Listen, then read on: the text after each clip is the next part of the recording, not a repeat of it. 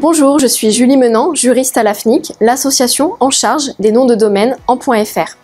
L'objectif de cette vidéo est simple, vous donner 5 conseils vous permettant de protéger le nom de votre site web, à savoir votre nom de domaine. Posons-nous d'abord la question de savoir ce qu'est un nom de domaine. C'est un moyen technique de localisation et d'accès aux pages d'un site web. Il est composé d'une suite de caractères qui servent à identifier de façon unique, originale et facilement mémorisable une ressource internet telle qu'un site web. Il permet aussi d'avoir une adresse électronique personnalisée puisque le nom de domaine peut être composé du nom de votre société, votre association ou même de vos prénoms et noms. En résumé, le nom de domaine est un moyen de vous identifier sur Internet. C'est votre vitrine en ligne qui vous permet de communiquer sur votre activité, d'acquérir ou fidéliser une clientèle, de proposer vos produits ou vos services et de vous différencier de vos concurrents. Pour devenir titulaire d'un nom de domaine et ainsi disposer d'une adresse pour votre site web et vos emails, il suffit de l'enregistrer auprès d'un bureau d'enregistrement de votre choix, accrédité par les registres chargés de gérer les noms de domaine, comme les LAFNIC pour le .fr. Vous l'aurez compris, être titulaire d'un nom de domaine est un indispensable pour être trouvé sur Internet. Mais pour bénéficier au maximum de ces avantages et développer efficacement et sereinement votre activité en ligne, des bonnes pratiques doivent être appliquées. Voici 5 recommandations à adopter. Premièrement, avant tout enregistrement, vérifiez que le nom de domaine souhaité est disponible pour éviter tout contentieux avec d'autres titulaires du nom de domaine ou des titulaires de marque. Vous pouvez vérifier sur les bases de données en ligne la disponibilité d'un nom de domaine et je vous recommande également de procéder à une recherche dans les bases de données des marques et des noms de société notamment.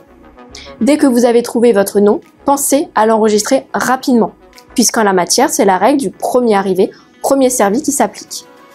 Deuxièmement, enregistrez un nom de domaine sous différentes variantes orthographiques, avec ou sans trait d'union par exemple, ou encore avec ou sans accent. Cela permet d'anticiper les fautes de frappe des internautes et d'augmenter vos chances qu'ils tombent sur votre site internet. Vous pouvez prévoir, si vous le souhaitez, de rediriger le nom de domaine mal orthographié vers votre site web officiel. Par exemple, vous pouvez enregistrer un nom de domaine supplémentaire en y ajoutant un trait d'union entre les termes. Si l'internaute tape ce nom de domaine dans la barre URL, il sera alors redirigé vers votre site officiel, écrit sans trait d'union. Troisième recommandation, soyez dans l'anticipation pour ne pas perdre la titularité de votre nom de domaine. Veillez notamment à transmettre au bureau d'enregistrement des coordonnées exactes pour qu'ils puissent vous contacter en cas de besoin. Pensez également à renouveler votre nom de domaine avant son expiration pour continuer à l'utiliser, ainsi que l'ensemble de ses services connexes, un site web ou une adresse électronique. La durée de vie d'un nom de domaine, à partir de son enregistrement, est comprise entre 1 et 10 ans.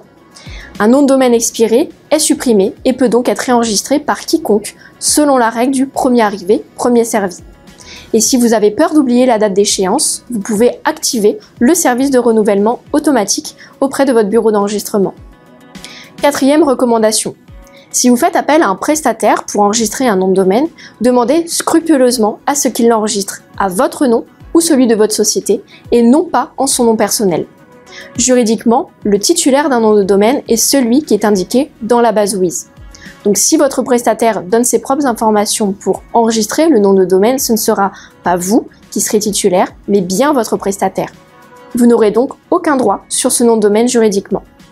Et enfin, la cinquième et dernière recommandation, pour ajouter un verrou juridique autour de votre site internet, vous pouvez déposer auprès de l'INPI une marque portant le même nom que votre nom de domaine. Pour être enregistrée, une marque doit être distinctive et disponible. Au préalable, pensez à faire une recherche d'antériorité sur la base de données de l'INPI ou à l'aide d'un professionnel, pour éviter de reprendre par exemple la marque antérieure d'un tiers de façon approchante pour des produits ou services similaires. Attention, gardez en tête que l'enregistrement d'un nom de domaine et l'enregistrement d'une marque n'accordent pas la même protection. Ce sont deux protections complémentaires et non identiques. L'enregistrement d'une marque permettrait d'accorder une double protection juridique au nom de votre site internet. De manière générale, le dépôt d'une marque s'inscrit dans une stratégie de protection et de défense des produits ou services. Une fois votre marque enregistrée, vous disposerez d'un véritable titre de propriété industrielle. Dans les faits, qu'est-ce que ça signifie ? En fait, en déposant votre marque auprès de l'INPI, vous obtiendrez un monopole d'exploitation pour les classes de produits et services correspondant sur le territoire français pour 10 ans, renouvelables à l'infini. En tant que titulaire de marque valablement enregistrée, vous aurez le droit d'interdire à quiconque l'utilisation d'un signe identique ou similaire à la marque déposée sur le territoire concerné et de défendre votre marque dans une action en contrefaçon. Le nom de domaine, lui, n'est pas un titre de propriété industrielle, contrairement à la marque ou au brevet. C'est un signe distinctif.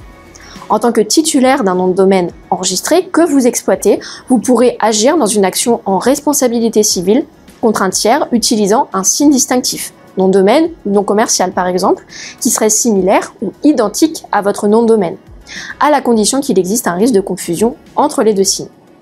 D'ailleurs, pour défendre votre nom de domaine, vous pouvez recourir à l'une des procédures extrajudiciaires proposées par la FNIC.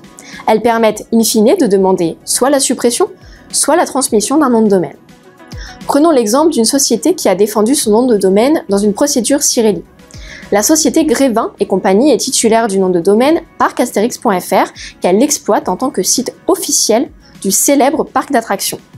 Elle a agi à l'encontre du titulaire du nom de domaine navette-parcasterix.fr à qui elle n'avait donné aucune autorisation pour l'enregistrement et l'exploitation de ce signe.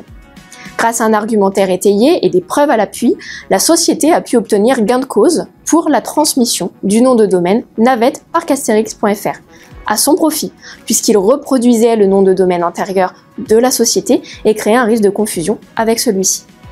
Voilà, vous connaissez désormais les bonnes pratiques pour bien protéger le nom de votre site et donc aussi votre activité en ligne.